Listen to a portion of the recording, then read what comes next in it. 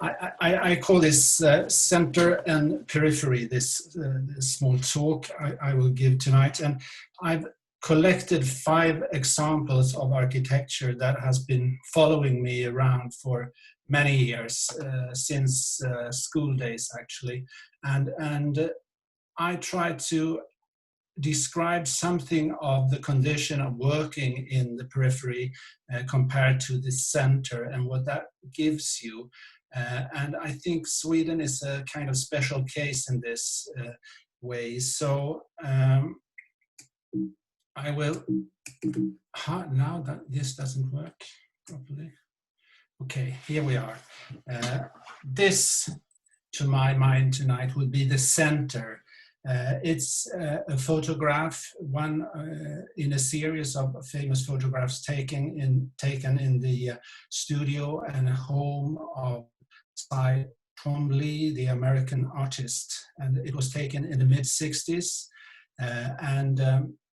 I mean, it's in his home in Rome. It's this combination of contemporary art and this Roman palazzo with antique furniture and old sculptures, and this very self-confident gesture or pose that the artist is having. And this would be a picture of the periphery from more or less the same time, taken sometime during the mid-60s in Sweden somewhere. It's very much more down to earth, but not without elegance. The light fitting is made by or designed by Gunnar Asplund, and the light in the background is actually by Josef from Svensk 10, I suspect. And there's a piano, but there's a completely different air of how to live and small means here. Sweden has had a long line of sort of golden line of projects, architecture, leading up until the 1970s. And this was possible even though Sweden was relatively poor up until the Second World War. And during the 40s and 50s, things started to boom. The industry got stronger, etc. But the building activities in Sweden had for a long time had very high quality. And Kidder Smith, an American photographer and journalist, put together some books from Europe. He traveled Europe and he put out these 3 books, actually Sweden and Switzerland, and there was also Italy builds. And so Sweden was really considered as something to look at and as a sort of a reference for many. But this was actually how the history started.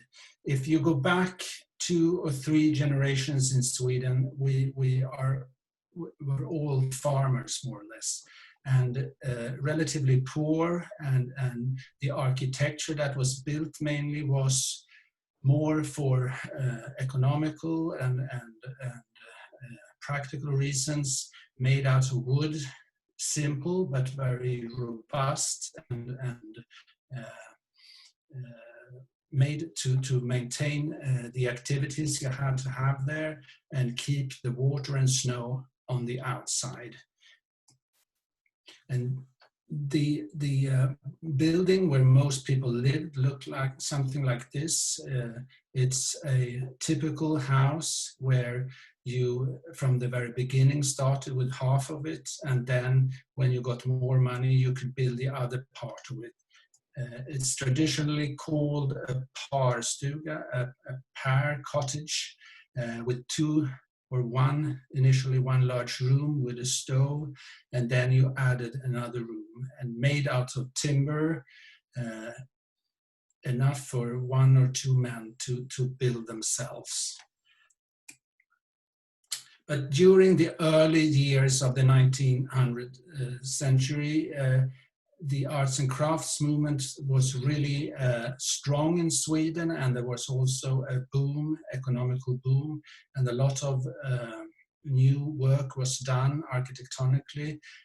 And this is a quite famous painting, which also shows the early summer light in Sweden and the Nordic countries. It's never really gets dark this time of the year. And this is a condition that we sort of have as a natural ingredients into our mind and mindset. And this very much also gives our architecture a special quality, I would say. During this era also, the arts and crafts movement moved into the home, the interior, and Carl Larsson, a quite famous Swedish artist and illustrator, made these drawings, watercolors of interiors from his own home, which were really influential for the common people to sort of get to know a certain taste. We also had a very strong tradition of classical architecture with almost Lutheran way of doing things, not in a very nice or picturesque style, but very harsh and quite demanding in the way it was done. This is a small chapel made by Sigurd Leverens in the early 20s.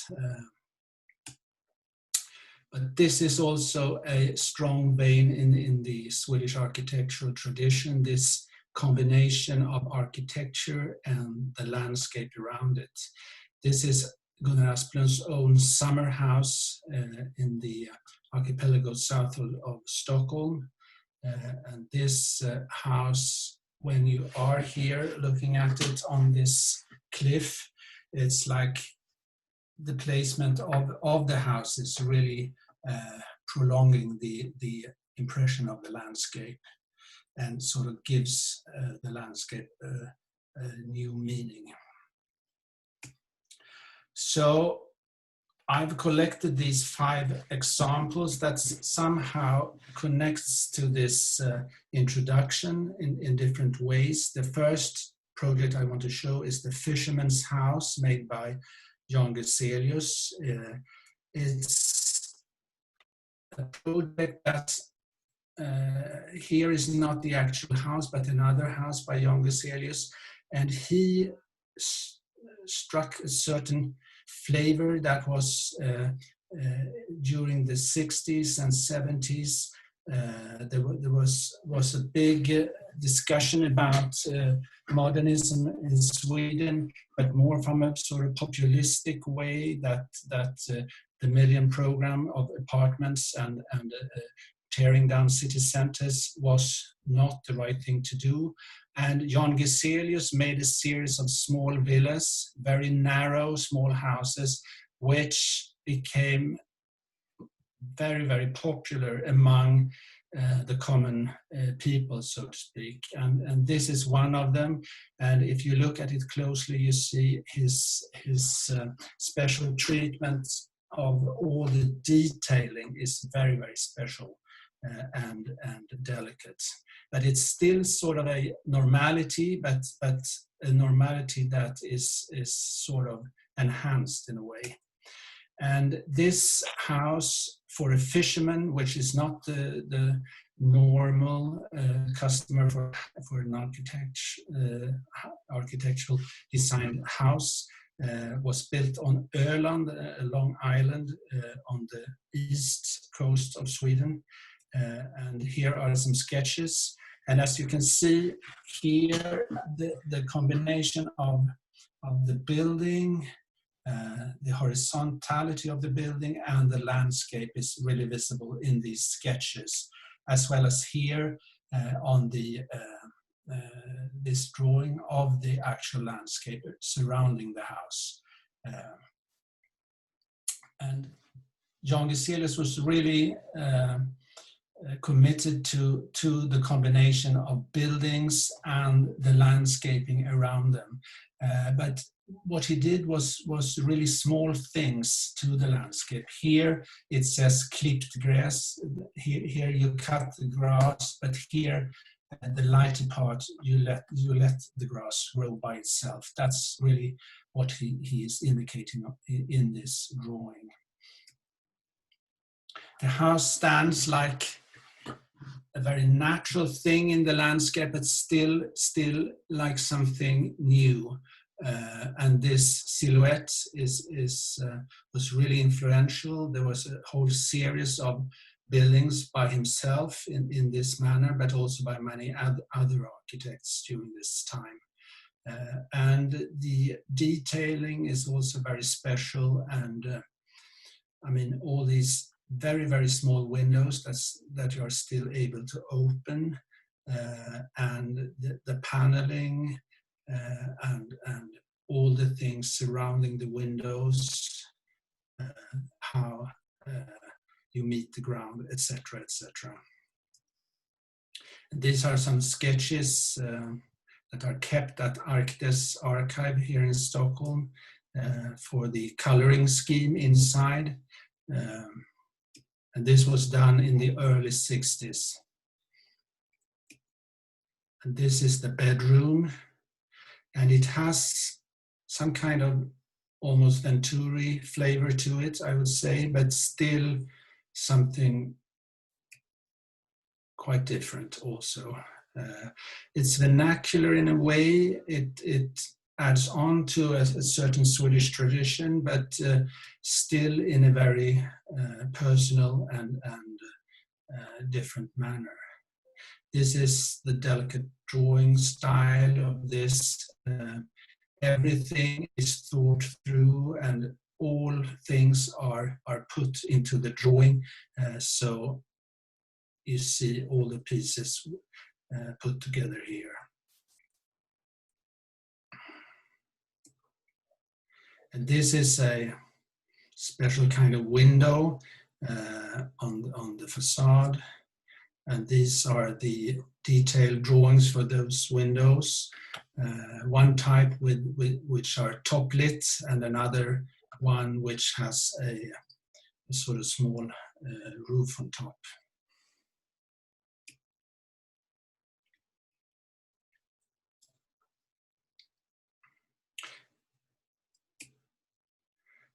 And from another point of view, but still during the 1960s, we moved to Peter Celsing and his Villa Klockberga. But to give you some sort of context to this, I also show this picture of a sculpture, She, Hon, which was mounted in the Museum of Modern Art in Stockholm. It was a big scandal, but still a success somehow. And it was made by Niki de Sonfal and Jean Tingley and P.O. Ultvedt. And they put this huge woman inside the main hall. And the director, Pontus Hultén, of the Museum of Modern Art was to move the museum to the new Kulturhuset that was going to be built later. It didn't happen, but that was the plan at the time. During the 60s, I mean, Ingmar Bergman was also, up until I would say 1968, when for political reasons, he was considered not so well in Sweden, but up until then he was the leading artist, international artist, the most well-known artist perhaps from Sweden. And he was very much concerned with upper middle class people, even aristocrats, and the themes of his films were really artistic and not naturalistic, which borders on some of the themes that Celsing also deals with. I mean, we also, even though Sweden was poor, we have a tradition of highly refined architecture and interiors. This is the Gustav III's pavilion in Hagaparken. It was made in the late 1700s for the king, Gustav III, who was very much into things from France. So this had a certain French flavor to it, but I mean, it's still one of the most fantastic interiors we have in Sweden, and the lightness of this glass wall and thinking about a small boat on the water and coming up here for a party is quite tempting.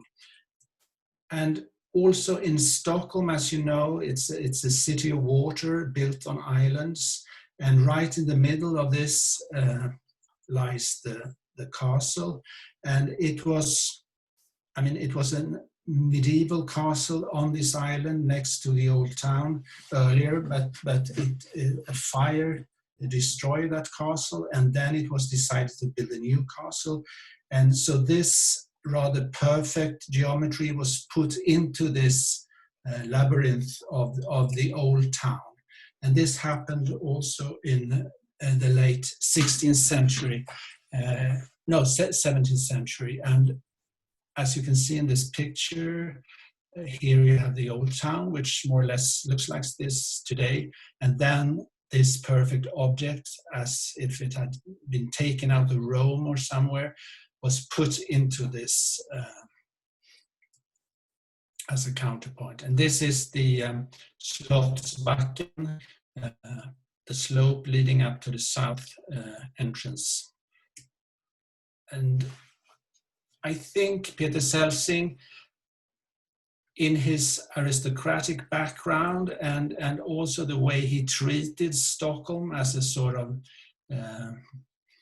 project for himself, and he took himself great liberties with Kulturhuset that he put right in the middle of Stockholm, just a few hundred meters away from the castle, with a very, very bold gesture. And I mean, it's a scale that you find in the suburb center perhaps, but here it's right in the middle of the town.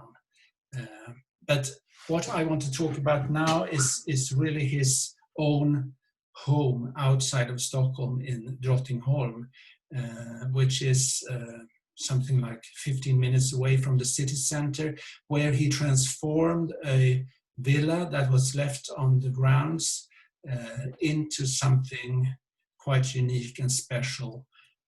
And this is what it looks like when you see it from the entrance side. And it's this beautiful picture from the winter.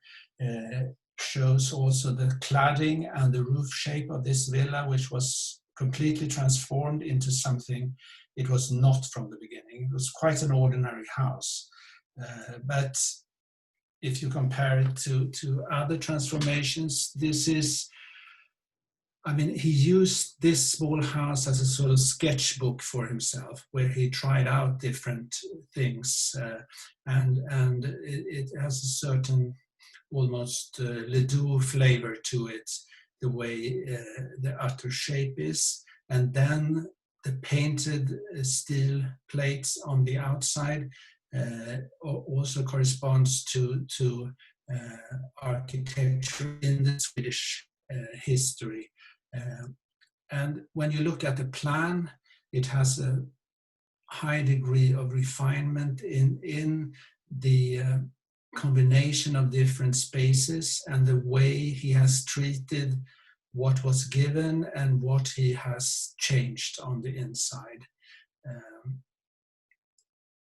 This is the small entrance hall with stucco lustro walls, and also this shadow-like thing in marble on the floor, and it has a very, very special atmosphere, this small room when you enter into it. And it is said that Celsing took great inspiration from a visit to the John Soane Museum in London, and perhaps this room is evidence of this. And this is the main living room with a huge fireplace that you can walk into or at least sit in. And then the very inclusive collection of furniture and this hanging carpet underneath the ceiling. And this is on the upper level, the William Morris textiles and wallpapers, and these strange windows, which are actually taken from the original windows and rebuilt as elliptical windows like this. And then when you walk around the corner, something happens. The cladding is by wood paneling instead, and it gives a different flavor to the garden side of the house. And this is a more autumn picture of the same situation, and this is what it looks like during the summer. So it's almost pragmatic, even in some sense, but also very refined and very different from the first example I showed you. And it is said that Peter Celsing tried to adapt to almost to postmodernism, Venturi, but never in written, but during conversations and in lectures. But still, this is very, very different from the intellectual standpoint of the Americans. So this is has more to do with mannerism or a kind of very personal interpretation of history and putting that in connection with what you are doing as an architect. And Lars Lerup, the Swedish-American architect, has done a very interesting study where he compares Villa Klockberga with the Riksbank and the Swedish National Bank that Celsing did. I don't have time to go into all the details here, but there are similarities that are obvious, but Lars Lerup goes very far in his comparison between the two buildings, which is really amazing to see the way he describes this. And this is the situation where the bank sort of docks on to the House of Culture, and this is the theater house with the hotel right next to it.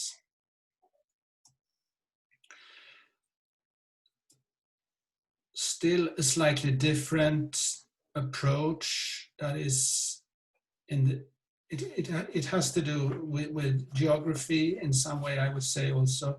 This is Klas Anshelm, and he lived in Lund in the south of Sweden, and here he pops up from the floor of Malmö Konsthall.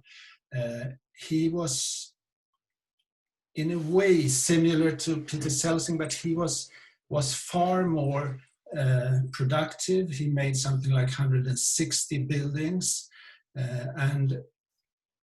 but still he had a very harsh and robust way of treating architecture. And this is the Malmö Konsthall, which has a certain elegance in the harshness. He makes this geometry, and this is the way he works with very, very simple means, but still with refinement. And this is another art hall in Lund from 10 years before the one in Malmö. But he also did this, which is a kind of amazing small thing. He lived in Lund, as I said, in a very traditional row house. And in the backyard of this house, he built a working quarters for Sigurd Lebrans when Lebrans was really old and was going through his papers and trying to sort out his archive.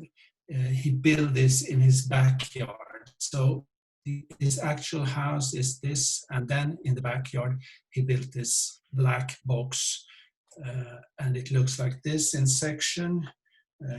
It has some lanterns, and it's really, as you can see, a box. And this is the situation when you enter into it with the lights from above. And this strange, wonderful staircase that looks almost too slender in the dimensions of the wood, but it actually is very stable in reality because it hangs from the ceiling. And this is what the room looked like when Sigurd Lebrans was using it for his purposes. And this is the old architect sitting on one of his last projects, this chair of wood and red painted steel.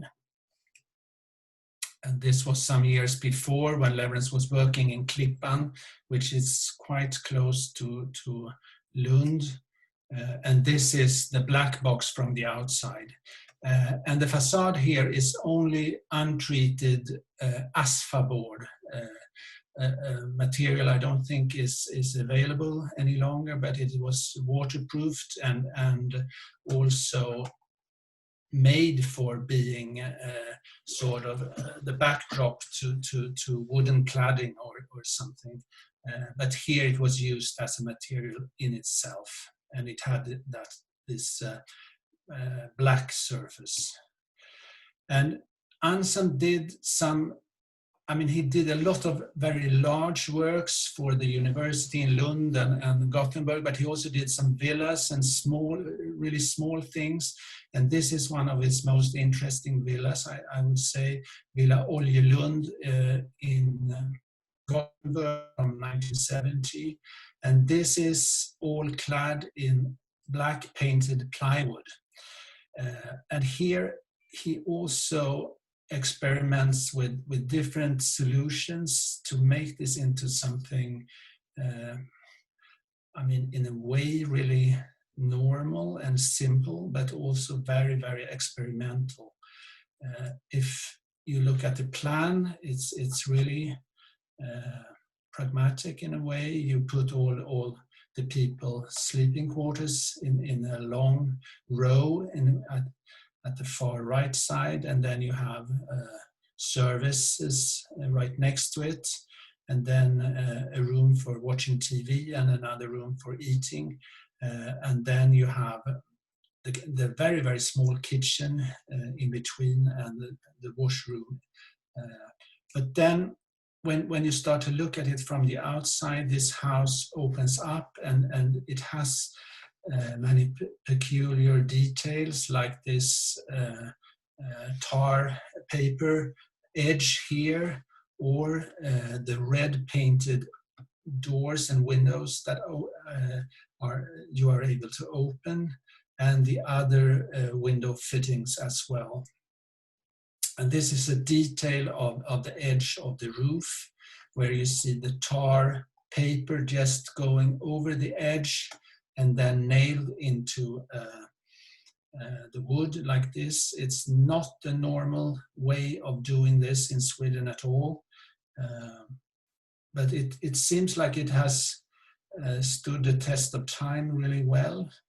And this is the staircase, and this is another type of window where you have a fixed window which resembles the way Lebrans treated his windows actually.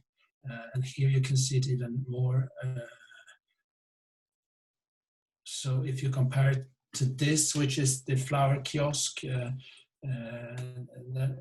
Lebrans did in 1969, only a few years before, I think that it's quite obvious that Anshelm did something similar, where he used just the glass part and then put some aluminum parts on top of that, and held it onto the facade. And once again, he used this hanging staircase for the living quarters of the house, which looks like this when you see a drawing of it. And this is really standard windows, but they are put on the outside, which implies a certain precision in the way you deal with this. And as far as I have seen, this also stands the test of time, which is kind of amazing, considering it being actually on the outside altogether. And this is what the detail looks like. And the inside of the house, all plywood.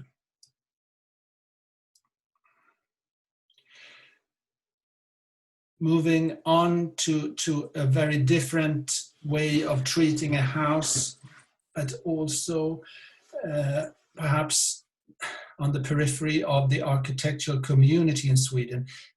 Bruno Madson was actually a furniture designer, and he went to the United States. He had some success with his chairs in the United States, and he had his father's firm made his furniture, and you could buy them by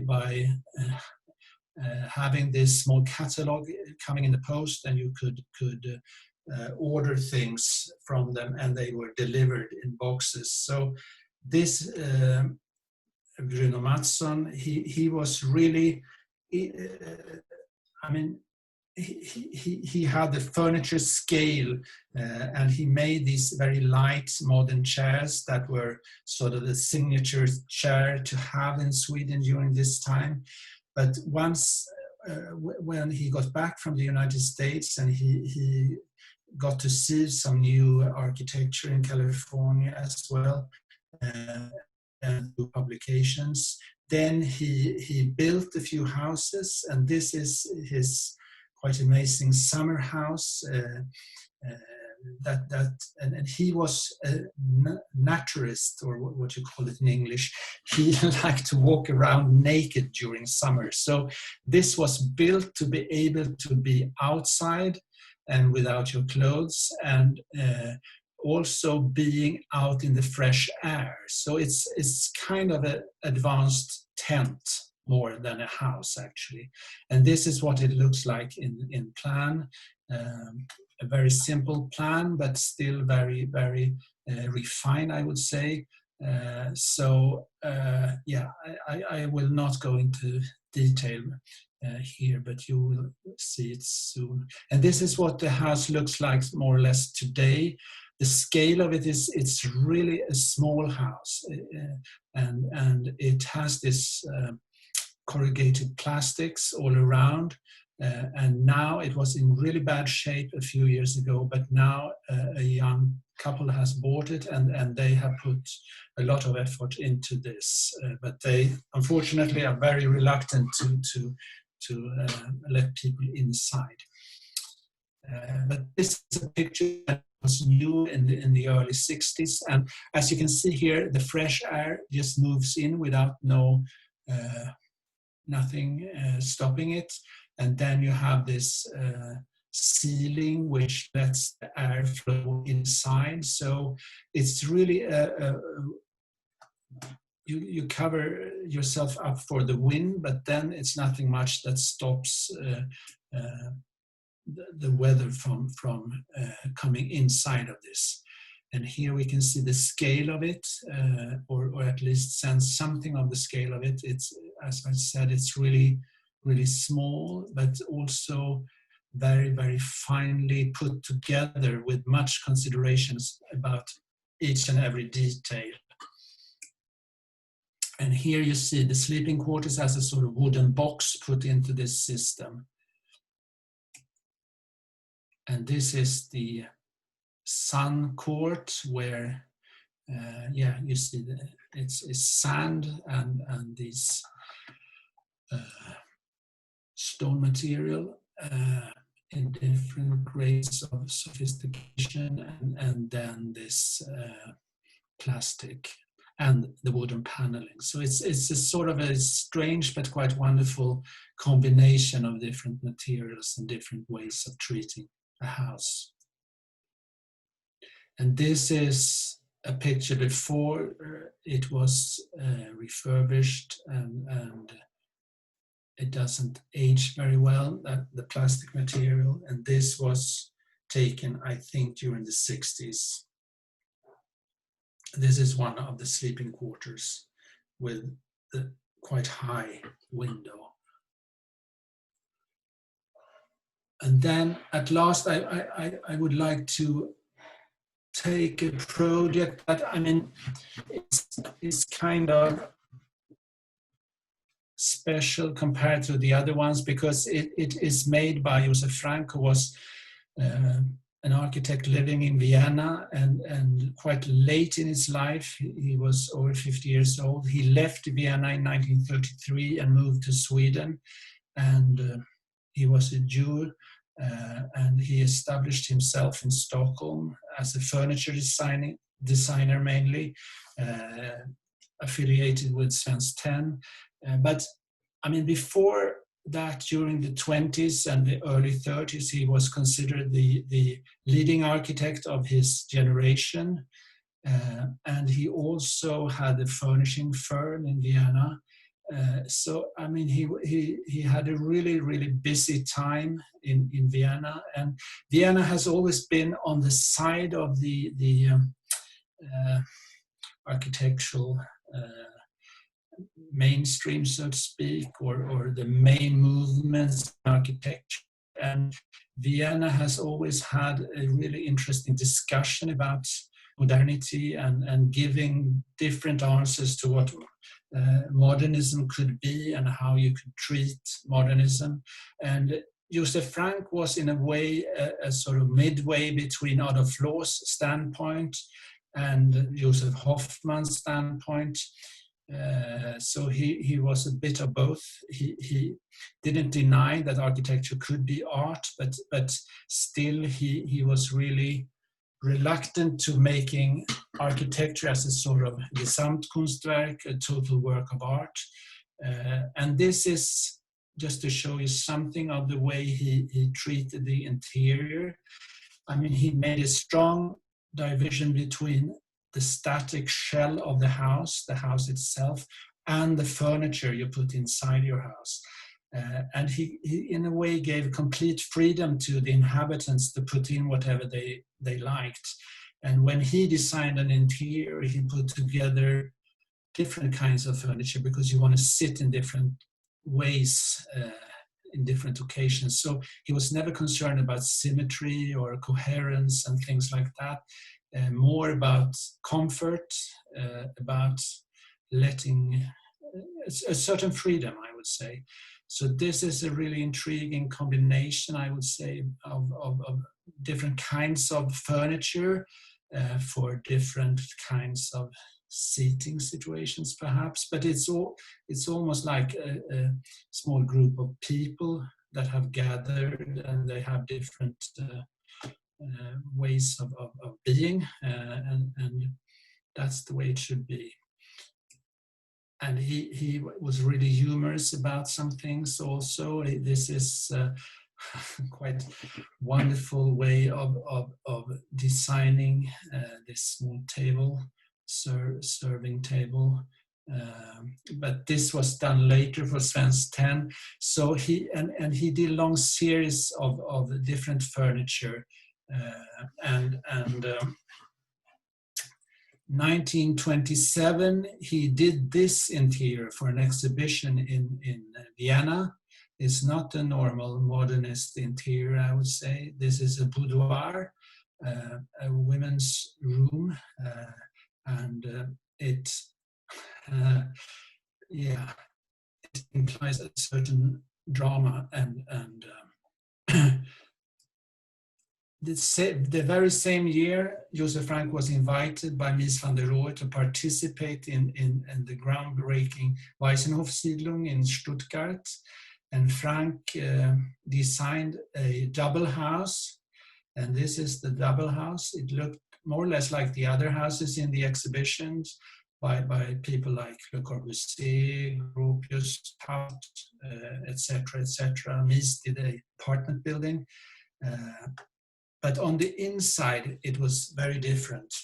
He furnished his house with furniture from his own interior firm, Haus und Garten, and I mean, this was an outrage among the other architects participating in the exhibition. It was nicknamed Frank's brothel, and it was heavily criticized for the feminine interiors. But his main concern here was not to mix the house itself, which he really felt strongly about should be modern and with large window openings, etc., and contemporary as far as building technique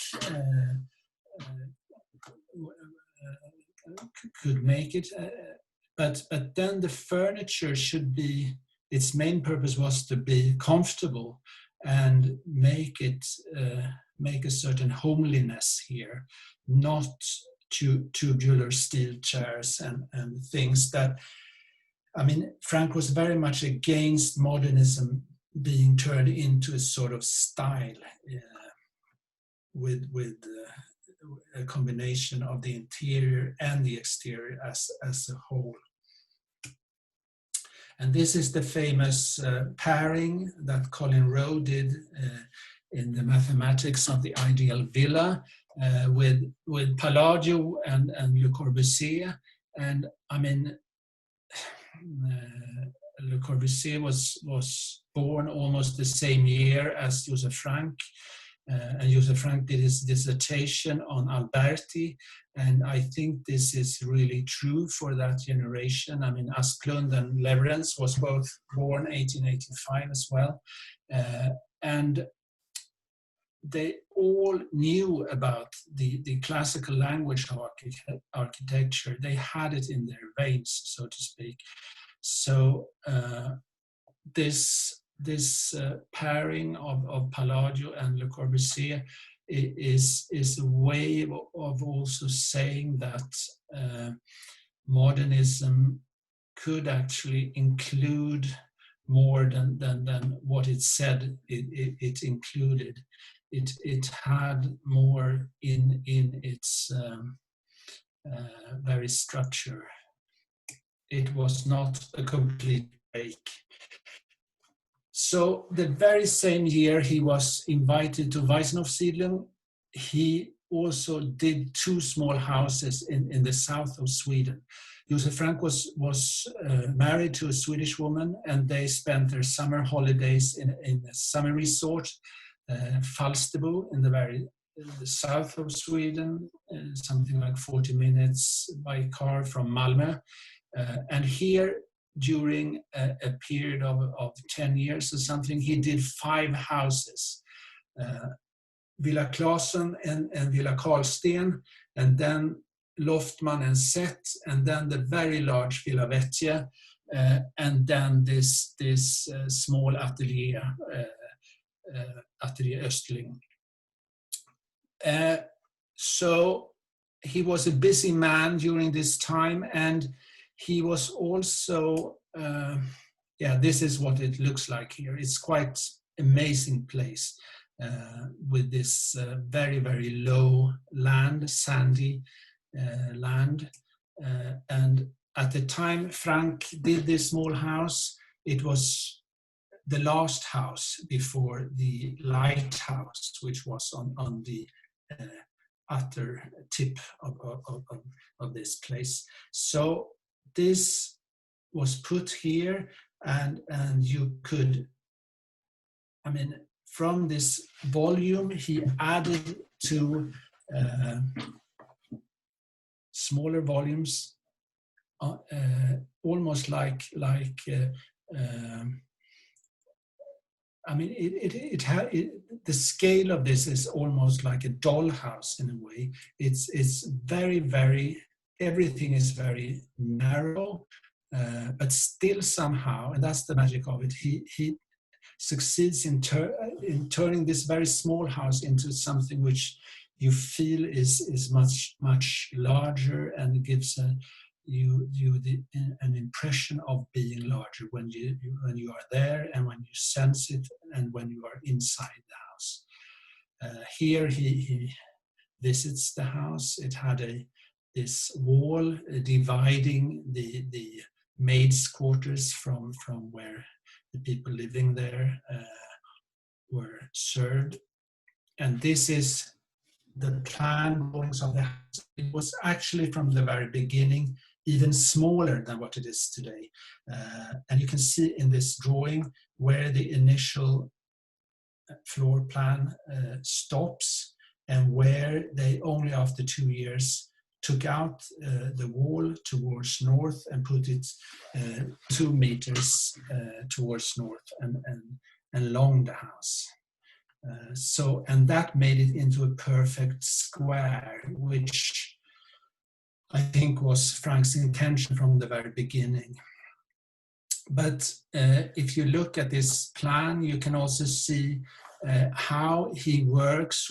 North is up in the drawing, and you can sense the way he, even though it's so small, and even though half of the house is for the kitchen and the maid, you still get a very rich spatial combination of different spaces with different light conditions, and the way you move through the house is not linear. You have to take some turns, and this together makes it into something very special. And these are some photographs from the book Alice showed that was published 1 year ago. Mikael Olsson, the artist and photographer, took these pictures 2018. And the house was renovated then also.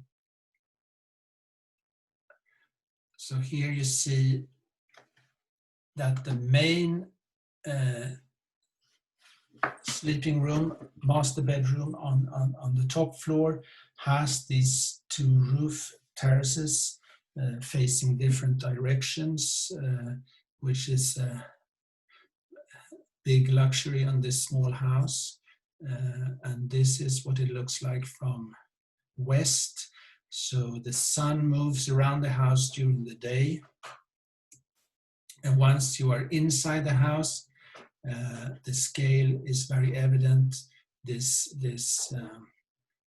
as I said, almost doll-like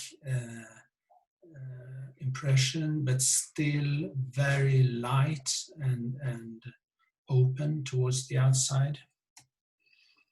But also kind of traditional in the way the windows are designed, and the way you never open up fully towards the outside. And to the left there are movable furniture, but there are also this fixed furniture, this for dining here. And then you move further into the house and you get to this dark corner where you should spend your evening. And then this small fireplace is sort of the central piece of the house, and then the staircase moves around it. And there's a mystery about it, where the chimney goes, but it actually moves underneath the staircase. So it's a small trick, which, I mean, he makes it as a joke, I think. And behind the door, behind the fireplace, is the kitchen.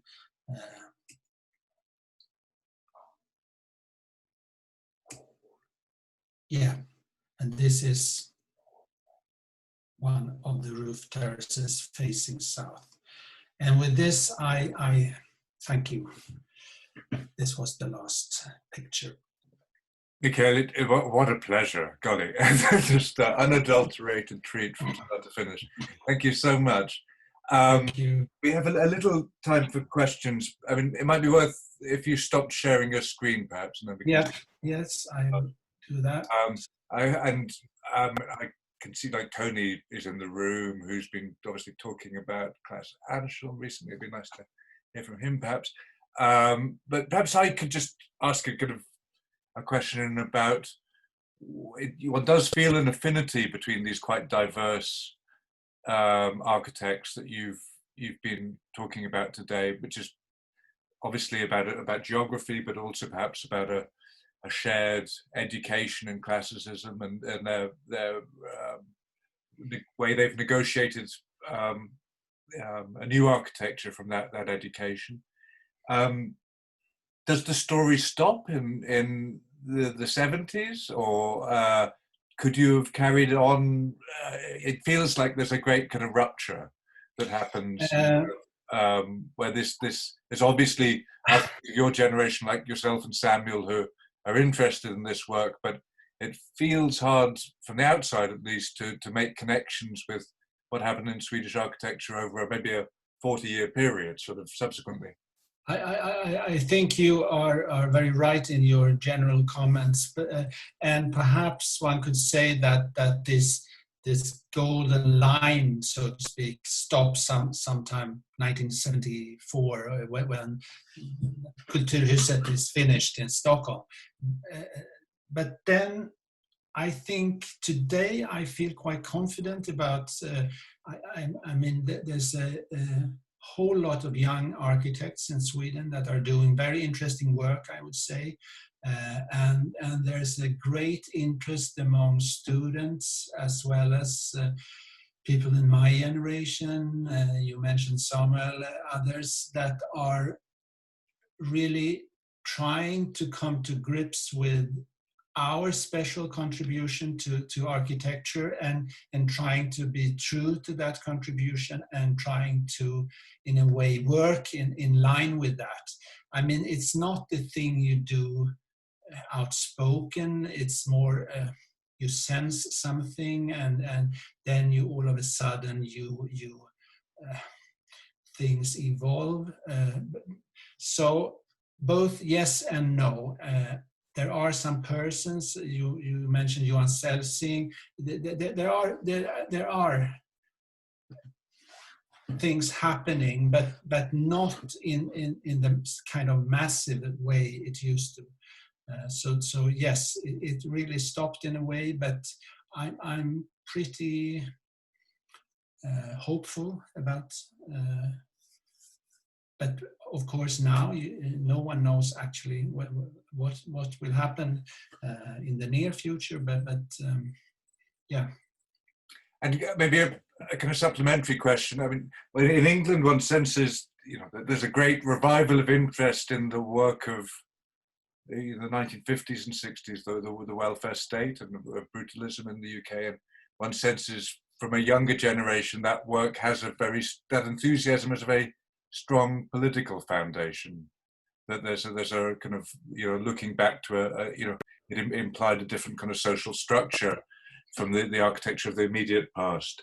And would you say there's can one draw a parallel story in Sweden, or how would this work be?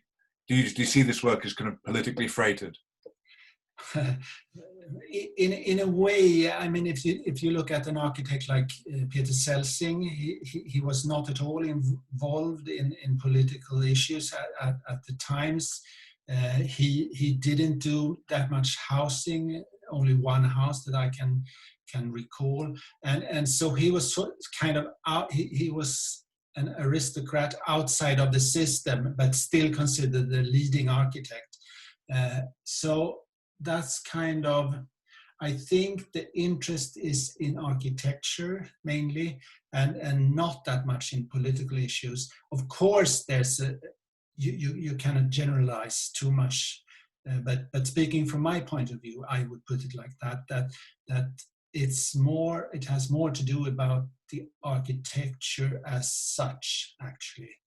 But I do see questions appeared, so I'm going to hand over to Phil Christie. Phil, you've got the mic. Hello, Mikael. Hi, can you hear me?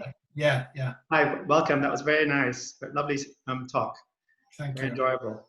I was just wondering whether your idea about the periphery, Sweden being somehow in the periphery of Europe or somehow culturally in a distant land, might have been the case in the 30 or 40 years ago. But do you think today that still exists, such a thing as a kind of center and periphery, now that we have such different kind of communication and different people have more knowledge about what's going on everywhere?